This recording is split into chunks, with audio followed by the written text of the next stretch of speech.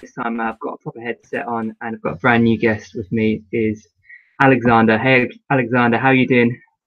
Hello, I hope you haven't died yet.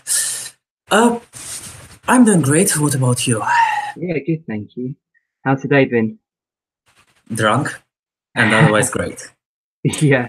So you're not actually in the UK at the moment. Where are you at the moment? France, Corsica. Right. So, Okay. yes, enjoying a relaxing Sorry, week or two. you're on holiday at the moment? Yes. Okay. How's the audio coming through at the moment? Because I hear you perfectly. Okay, awesome. I'm not sure how well do you hear me. Yeah, no, I hear you loud and clear.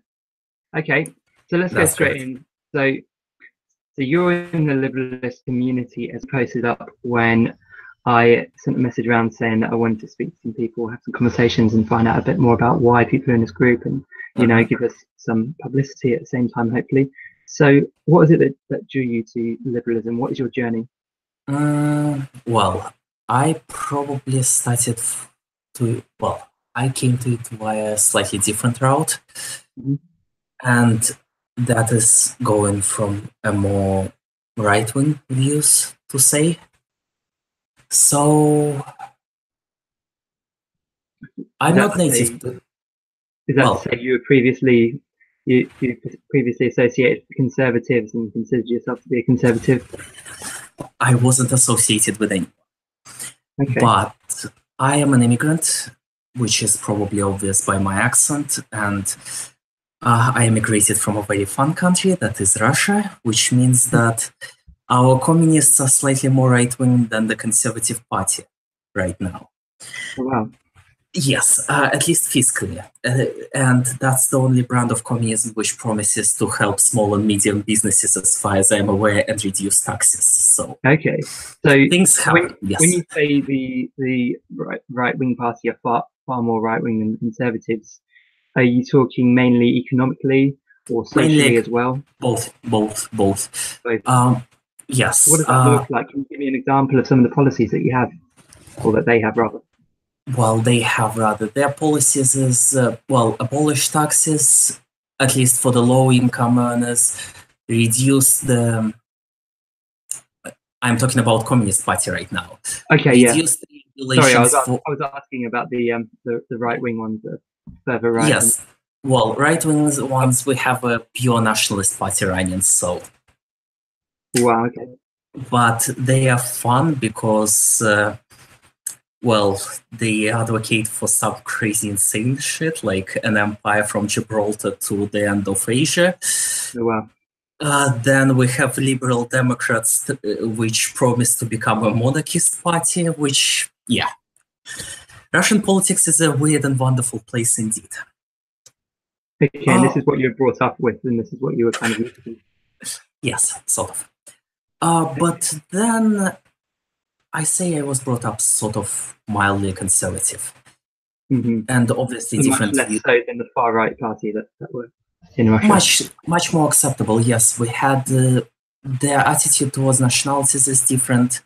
Their attitude towards it's much more international. For example, I know one Kazakh guy whose mother is Bulgarian and father is Ukrainian, I think, but he's still considered Kazakh. So. Yeah. Other than that, probably more social Darwinist in a way. Okay. Fascination with biology. That's probably led there.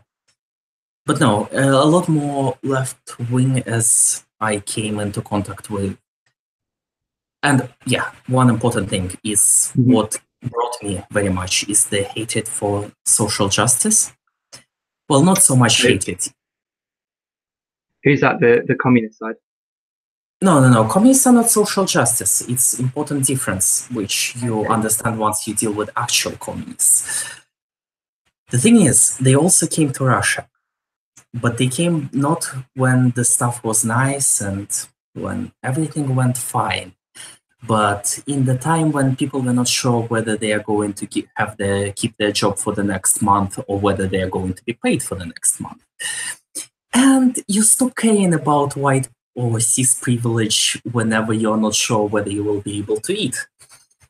So yeah, there's this disrespect, which only grew as I got exposed to their Western counterparts, which are, I know, I can only describe them as sick animals who just wish to die. But wow, okay. So just to summarize, what are the main parties, the ones that you've described here? What are their names, and how would you describe each of them in one line? So we have Communist Party, which is we are free market communists, and don't you dare say that doesn't work. Also, our leader is a living meme. Liberal Democrat Party, we are monarchist party number 2.0. Okay. We have a number of other parties to go, but they're all fun. Okay, but the major ones are the Communist Party, the Liberal Democrat Party, and the Right Wing Party. What are they called? Well, the major party is the Yadro, the United Russia. They're the party of Putin, and they only exist because Putin. The second one are communists. They consistently go for like 20% of the ballot. And then you have Liberal Democrats, then you have an Apple Party. Yes, we have a major political party which is called an Apple, because that makes sense. Okay. I don't remember who else we have. Nationalist Party. Okay. So how old were you when you came across to the UK, and what was your first experience of UK politics? The first time I came into the UK, it was 4th of September 2012. And at that time, I was too young to care about politics. Well, UK politics. I only started around Brexit time. I didn't care either way, and still I don't think it's really, because of multiple loyalties, obvious multiple loyalties. I have citizenship of Britain and Russia. I don't think it's really ethical for me to vote in any election. So, but still, during Brexit, I started really following people like Sargon. I think I was involved in the atheist community before, but I only really started being involved in the political community around that time. So I was in the college at the time, and I started watching a bunch of YouTubers from all of the backgrounds. And all this started with watching Sargon of Akkad, did it? It was kind of one YouTuber led to another YouTuber, almost like a domino effect. So no, it started more with the atheist skeptic, like Thunderfoot and those types. Sorry, like whom? Thunderfoot. Thunderfoot. Okay, I've heard of Thunderfoot. Yes, and then it led to Undoomed and others. There is a huge number of skeptic community. Now it's gone somewhat uncouth, but it was in its prime at the time. But yes, and then I spread on to all the other YouTubers and all the other political ideologies. What was it about Sargon and listening to his videos that you felt really clicked with you? You know, nothing. The thing is, I just ended up with classical liberalism because this is the best stance so far I have. I don't think it is the ultimate stance I'll ever have, or at least I don't know whether it will be an ultimate stance. But other than that, I liked obviously what Sargon did. I liked especially the fact that he kept standards. That is, he would apologize when it was really him crossing the line or doing something which he considered wrong. That he would try to do the research. So more about his morals and ethics rather than politics in general. Yeah. But also he said things which made sense, and that's all you need in the end of the day. Yeah. So yes.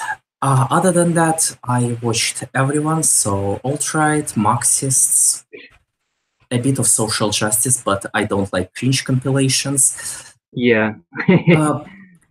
Yes, so pretty much everybody who had something intelligent to say, I try to watch them and read books, obviously.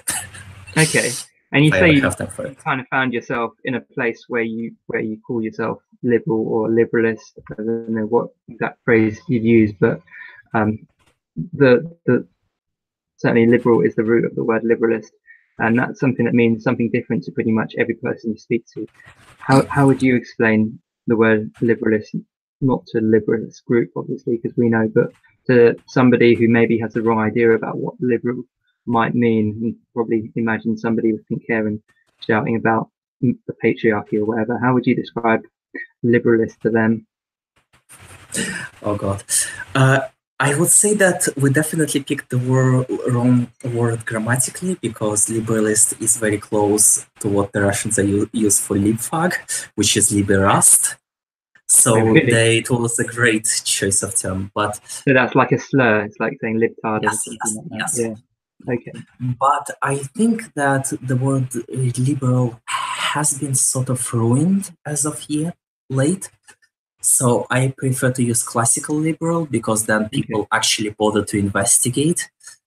And then you can go to the whole idea of Renaissance and of the Enlightenment later, this brand of liberalism. Okay, I see what you're saying. But same question for somebody who's maybe not very keen on reading and hasn't read much of the Enlightenment. How would you kind of explain the Enlightenment thinking and liberal thinking to them?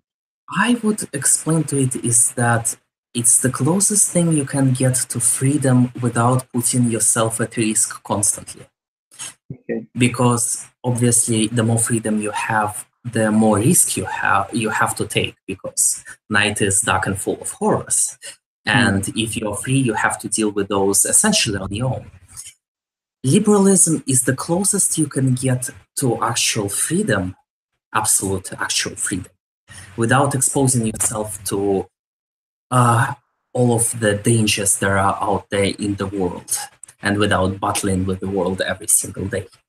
There is that aspect, but also there is aspect of very much romantic aspect of belief in humanity and belief in future, which is built by people, by innovators, by people who reach for the better of themselves. I think it's perfectly explained in the novels of people like Jules Verne. At least for me, this is the spirit I'm going for. Okay. It sounds like you've read up quite a bit on the Enlightenment thinking and philosophers of the Not as much as I should have. Not no. as much. Well, who have you found most inspiring, and what novels, what pieces of writing would you recommend to somebody who wanted to understand more about Enlightenment thinking? Again, not as much. I personally prefer novels which capture slightly later periods, so Jules Verne wasn't so much Enlightenment. I think it was more later period, later faith in science, faith in humans actually persevering. So personally, if I have to recommend something now on the spot, that would be Jules Verne. Is it Lonely Island? I don't remember the name in English. And also Theodore Dreiser, his books regarding capitalism. Again, I forgot the names in English. I read them in Russia. We had a rather library books. Post them on the YouTube video. You can begin to get some comments on it, or maybe in the post on Facebook. Yeah, that's fine. You can and some novels by Jack London. Sorry, say that again. And some novels by Jack London. Again, more specifics to follow. But yes, it's the part where you almost get to that point where you're alone against the whole world, but you still have most of that freedom, but you acknowledge that society is there, and it's there probably for a reason. And you don't seek to destroy it, obviously, for the sake of destroying it, because that's just stupid. Yeah. Even if you want to destroy something, have a reason why to destroy it. And not just, go into pure nihilistic rage.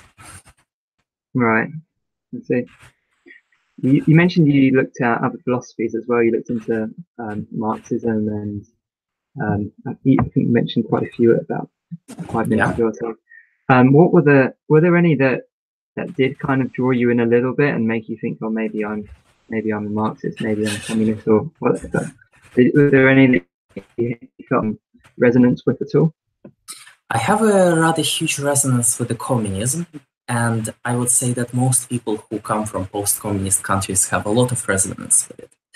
The problem with communism is that, and as a person who again knows what it was like, I realized the fatal flaw of communism.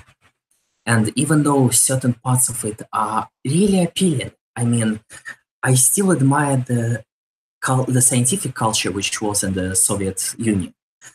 But I understand the fundamental flaw of people just not being the same, not working to the same level. And as such, I was cautiously a bit drawn into Trotskyism, but it's more because I like the group. Can you explain what Trotskyism is? I'm not familiar with that. Pardon? Can you explain what Trotskyism is a little bit? Not what I'm familiar with. Trotskyism is the sort of ideology which never got to be a major communist branch, but probably for the better, because it would make Stalinism look somewhat... You see, Trotskyists, Stalinists believe that the communism should be built in one particular country, so let's say Soviet Union. Mm-hmm.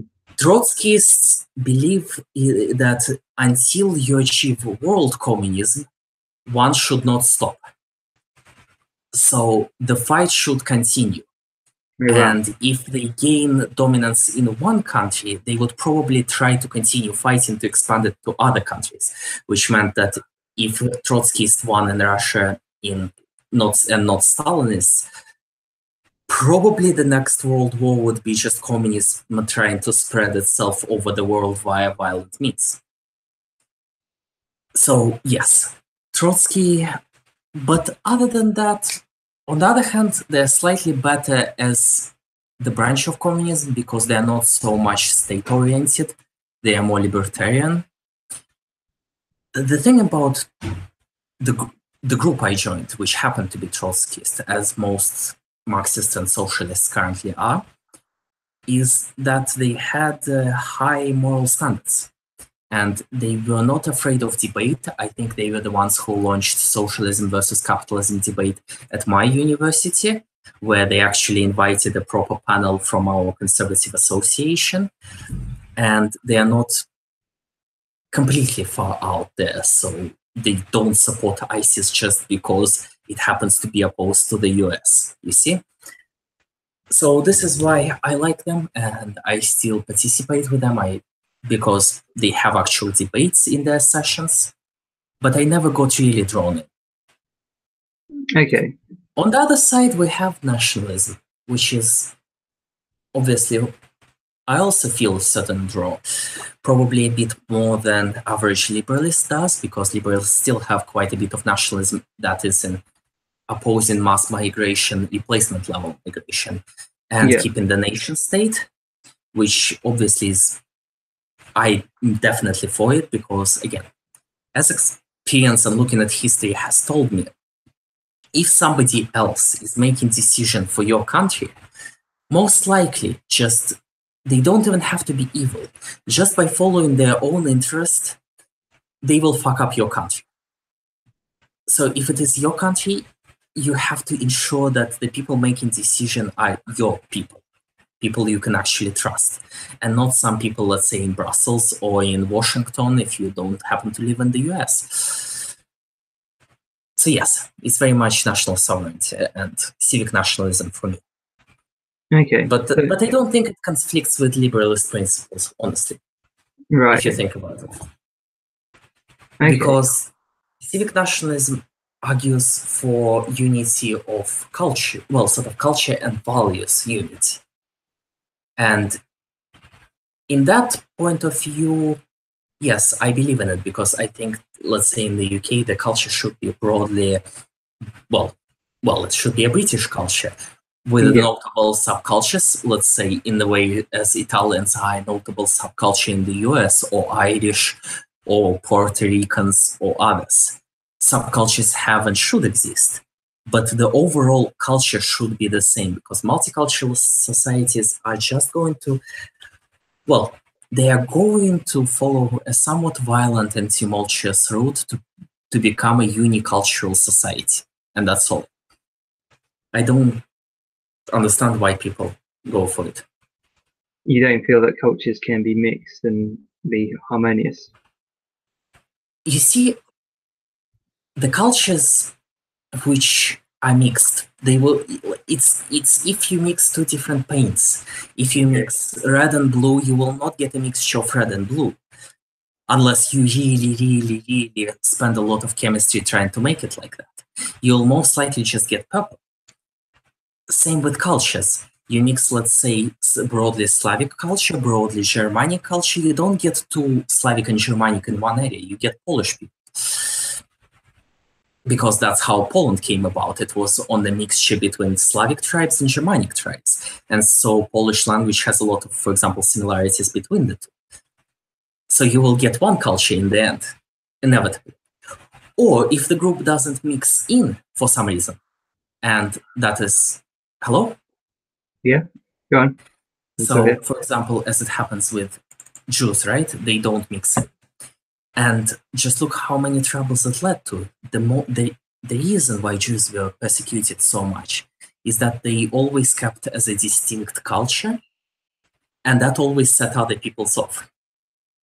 Yeah, I'd say there was more than just that. But yes, but well, there is more than just that, and some of their trades and other intolerances which were there before. But still, one of the main reasons is that Jews always kept as a distinct culture which didn't completely mix, which led to a lot of problems with them. There are other cultures which don't mix a lot. So, for example, Caucasian cultures such as, well, any Caucasian cultures, they are very much clan-like. They are very much. By Caucasian, I also mean I should, by the way, point it out. By Caucasian, I mean cultures which come from the Caucasus Mountains, that area. So Georgian, Chechen, Dagestani, Circassian, and so on. Abkhazian, they do not mix. They are very specific cultures. They very much keep as as a sort of standalone culture, even when they're subsumed by a bigger culture. And that leads to some tension. You're saying the reason that you feel that you could justify a nationalism identity would be that you feel that cultures don't mix harmoniously, and that's because a lot of cultures like to kind of stay together and stay within a single culture rather than mix with, say, the native culture. Well, not really. Some cultures actually mix fairly happily. Let's say Russians or, well, some French, quite a lot of British people too would happily mix with other cultures because technically, for reasons which are too complicated to get into right now. But it's just a process when you mix in large amounts of people and you have large movements of people from one area to another, that will inevitably cause troubles, that will inevitably cause problems in the area, regardless of the character of people who are moving. I mean, as far as I know, the hundreds and thousands of people who are currently flooding the Europe from the south or millions, might as well all be doctors, lawyers, etc., etc. For it to be a problem for everybody, it's just enough for the fact that there are millions of them. That's all. If you have millions of people moving, shifting across the world, that will lead to trouble regardless of who those people are. It's just how society works, I mean. Okay. Let's leave that one there. I'm sure people will be very keen to get involved with that in the posts on YouTube or on Facebook. Yes, definitely. I wonder if we can move on to the reason that you're in the Liberalist group. So how long have you been in the group, firstly? How long you've been part of the Liberalist community? Half a month, slightly more. You see, we started a classical liberal group in our university, Warwick Classical Liberals. In case somebody goes to Warwick, we're there for you. And University yes. And as we moved on with developing the group, etc., etc., we realized that we might need some affiliation outside, and this is how we came into the Liberalist, because we would be Liberals would be a perfect group to affiliate with us, and we can bring a lot to Liberalists ourselves, because we have a dedicated team, I think of 7 people as of right now, awesome. and a lot more people who just join in for the sessions.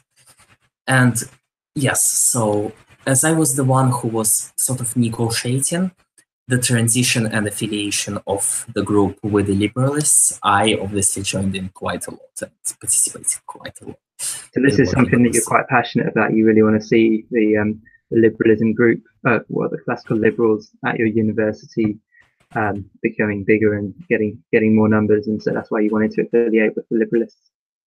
Yes, and obviously it's always better to have a bigger group behind you, because sometimes you just don't have enough resources. But yes, I joined slightly later.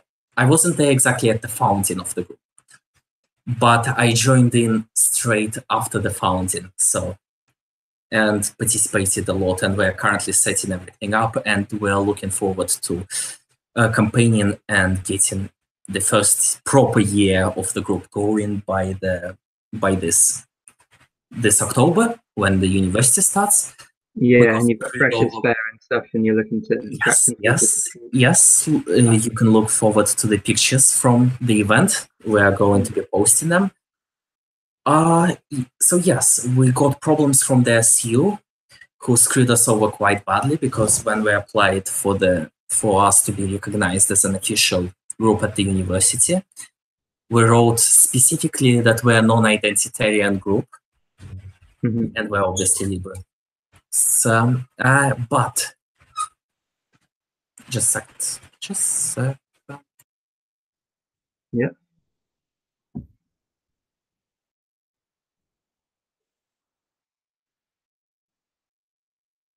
A visitor, nevertheless. So we wrote that we're a non-identitarian group in nature, in our application. And we got it rejected, mostly because our SU is regressive to the core. Okay. And as a reason for... It's regressive. Yes. Yeah. And the reason for rejection was just one word: identitarian. Just explain this. What was the context? No context, just one word. Right, but what was the original context that it was used in? And originally we said that we are a group which oppose any identitarianism. So I guess this is something which is not allowed in the SU anymore. That would be nice to know. So you applied to become a group of classical liberals, and they said to you, "I'm sorry, but you oppose identitarianism." Well, no. They said 2 things. First of all, they said that that the spectrum is full and there is no space. There is no need for our group. Okay. But we got 30 people on our first meeting when we just announced this, and 30 people is, I think, enough to show that there is interest in what we are doing. Absolutely, yeah. So, and in the reason for rejection, in the internal document, because we have a few people who, some knowledge of what was going on, what was written down is identitarian, just one word. So we basically got shafted because they didn't want another group. Oh, wow. And what's the current state? Are you still not allowed to be an official society? We are guerrillas. We're the resistance now. You're guerrillas? Yeah. Okay. We're the resistance, we're the unofficial ones, we're the outcasts. So if you want to feel like a rebel, and join us. Underground movement at Warwick University. Yes, definitely. Definitely an underground movement. But what would you say are the short-term goals at the moment? Is it just to get accepted, or we don't care about acceptance. We don't care about that, really. Because as in become a proper society. Yes, that would really care about that. That would be nice, and that would help a lot.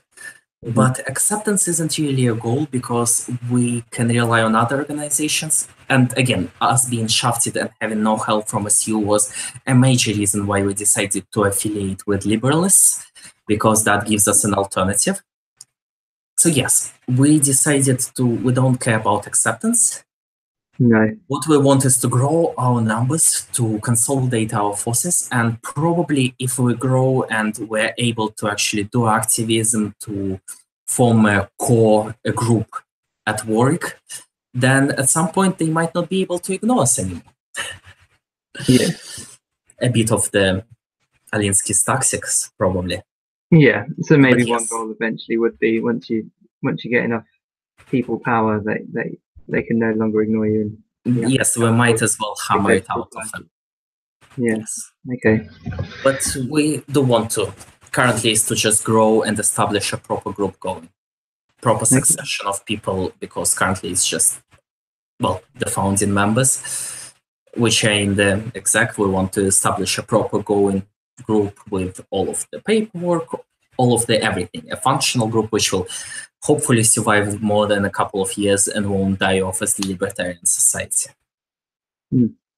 Well, definitely the way that the student union has treated the classical liberals at your university definitely demonstrates the need for liberalism and the need for well, all the principles that we have as part of our group and our community.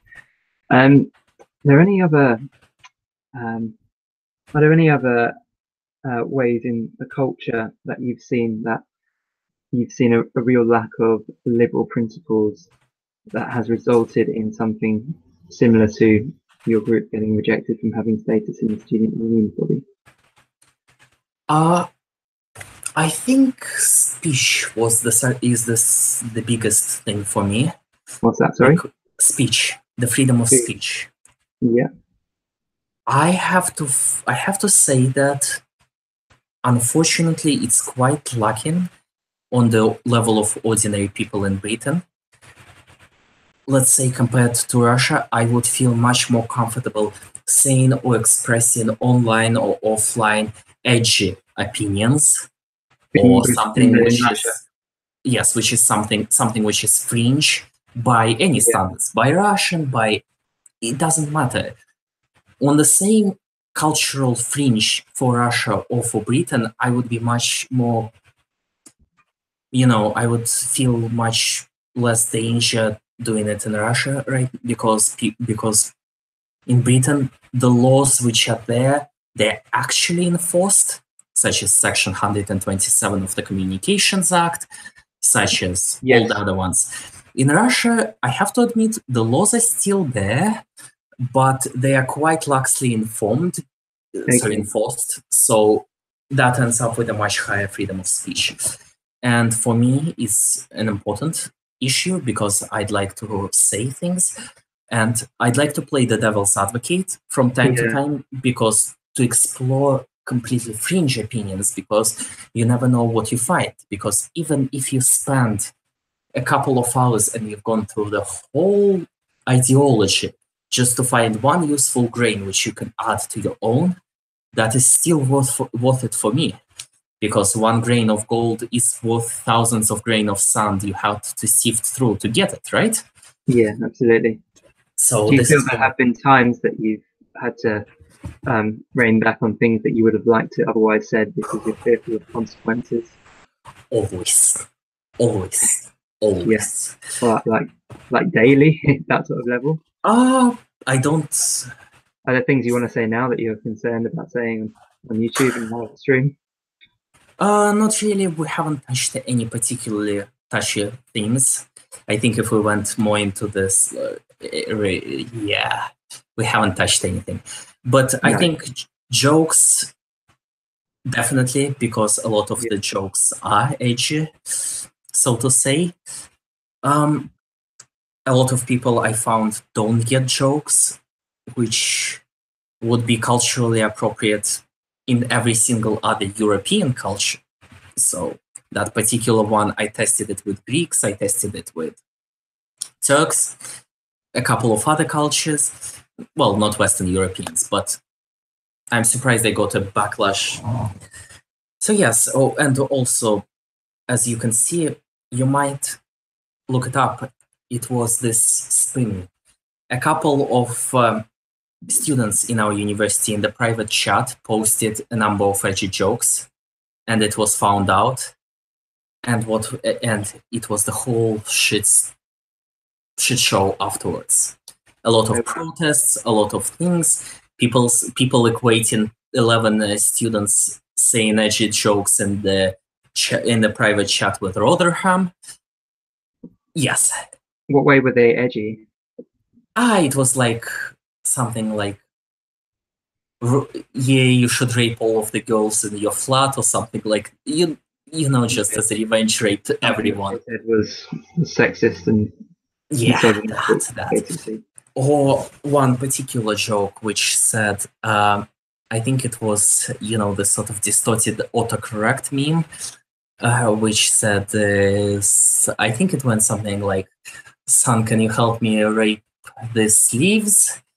Oh, sorry, autocorrect. It was autocorrect. I meant to say girls. You know, this sort of things. Okay. And yes, it caused a lot of outrage in my university. But what is telling? A month later, what do I see?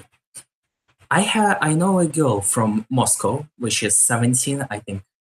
Yes, 17, 18 right now. And she reposted that exact meme on her page. So something which caused complete shitstorm here was reposted by an 18-year-old girl in Russia as a sort of humorous thing. Yes, this is why I have to rein in a lot of things.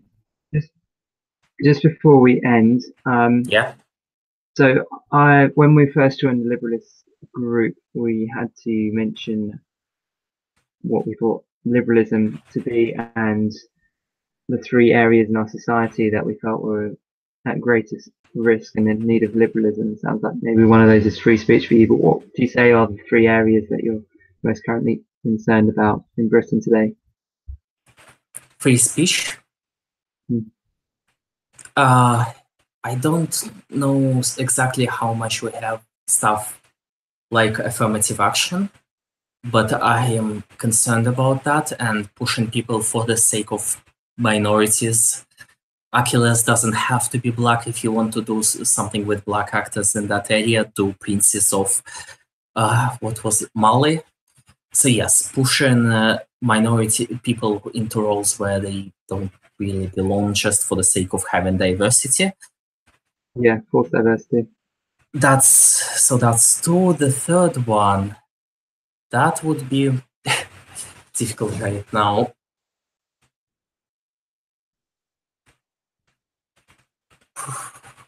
You know, I'll leave it open. I don't remember what I written in the actual application. I only remember that at the time I was a mod at the Marxist page, and I was very concerned that they wouldn't let me in because of that. Yes, they still did. Awesome. But well, yes.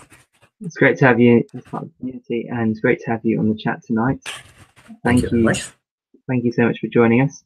And just for anyone out there who's wanting to join me at some point, I'm going to be doing more of these, hopefully. I'd love to hear opinions from other people. I feel like I've been learning a lot from them, and I never imagined I'd be sat here in my own house talking about Russian politics and stuff over a live chat with somebody else from a community I met online. But here it is, and here it's just happened. So if you feel like you have something that you'd like to speak to me about, then please jump on the video on YouTube or on the Facebook post and hit me up somehow. All right. Anyway, take care. Bye. Out.